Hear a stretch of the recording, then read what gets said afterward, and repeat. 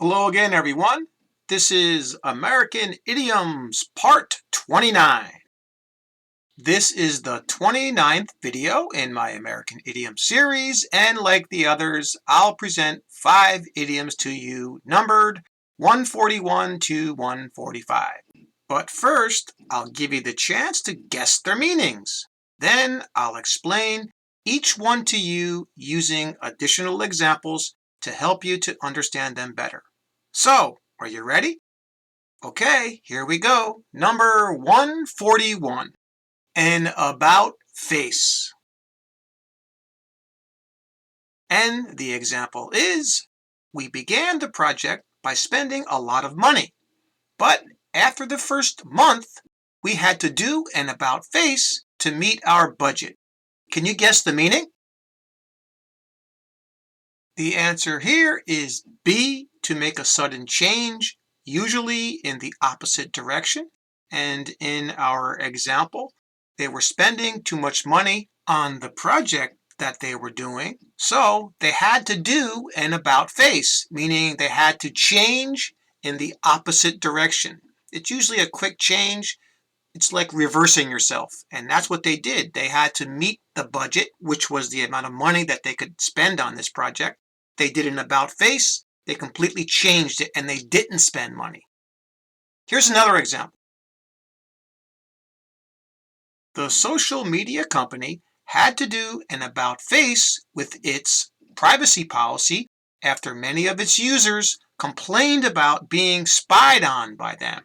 So in this case, the social media company had privacy policy. Maybe it was too lenient or it was too easy for them to follow their users. So they had to change everything. They had to reverse what they were doing. They did an about face and they changed their policy. Got it?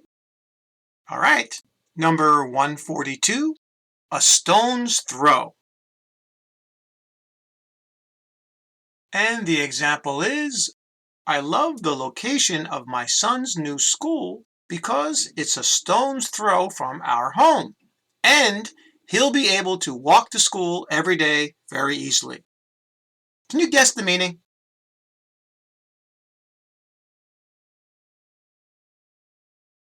The answer here is A, something that is very near or close to you. And this is what it means. How far can you throw a stone? Probably not that far. So something is probably very close to you if you can hit it with a stone, right?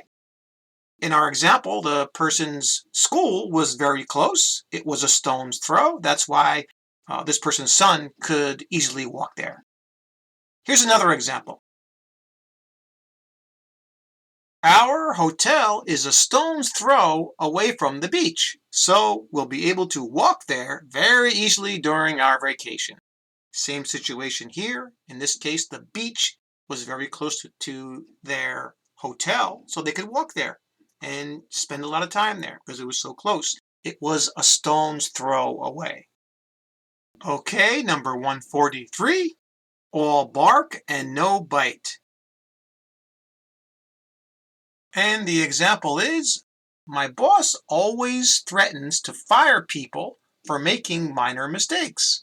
But don't be too concerned because he is all bark and no bite. Can you guess the meaning?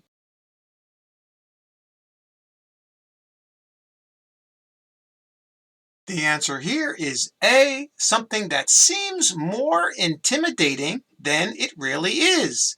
And in our example, it's exactly what they're talking about with the person's boss, because he may seem like he's intimidating, like he's going to fire someone, but really he's not. So it means that, think about a dog, right? A dog that barks really loud or ferociously, but he never bites anybody. So the dog is intimidating you to think that he's going to bite you. And that's exactly what this means. And it's used like this. And here's another example. My aunt always says that she will call the police about the kids in her neighborhood making a lot of noise.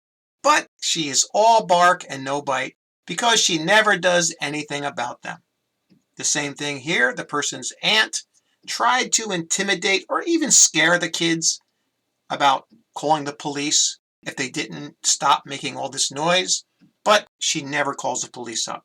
So her bark, that is her threats, are worse than her actions or her bite. Got it? All right, here's number 144. All thumbs. And the example is, Nick could never be a pianist because he is all thumbs. Can you guess the meaning?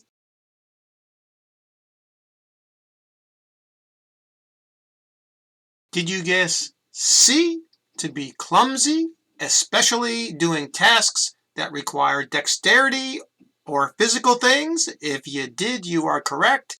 And that's the story with our friend Nick in our example. He was all thumbs, so he didn't have the dexterity or the physical ability to play the piano. All right, that's what it means to be all thumbs, kind of to be very clumsy. Here's another example. My cousin is great at singing, but he is all thumbs when it comes to playing sports. Now, in this case, the person could sing very well, but they were clumsy or they didn't have the, let's say, the physical ability of playing sports. Got it? That's what it means to have all thumbs or to be all thumbs. Here's our final example, 145, armed to the teeth. And the example is, the people in the small country village were armed to the teeth, so they were ready to defend themselves if they were ever invaded by any group. Can you guess the meaning?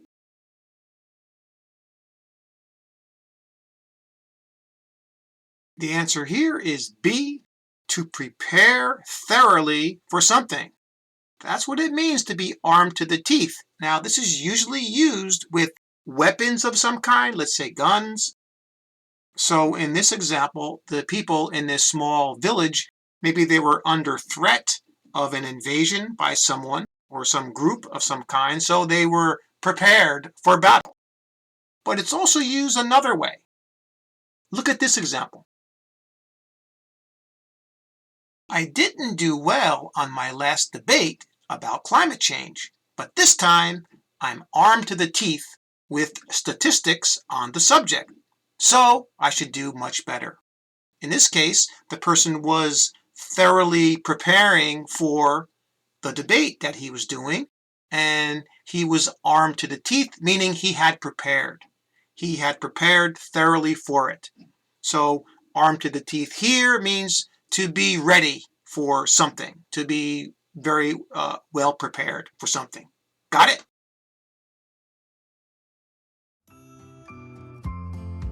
That's all for this video. If you want to be armed to the teeth with knowledge of these idioms, then do this whole series. Okay? Thanks again for subscribing, and do one more thing. Keep practicing! See you next time.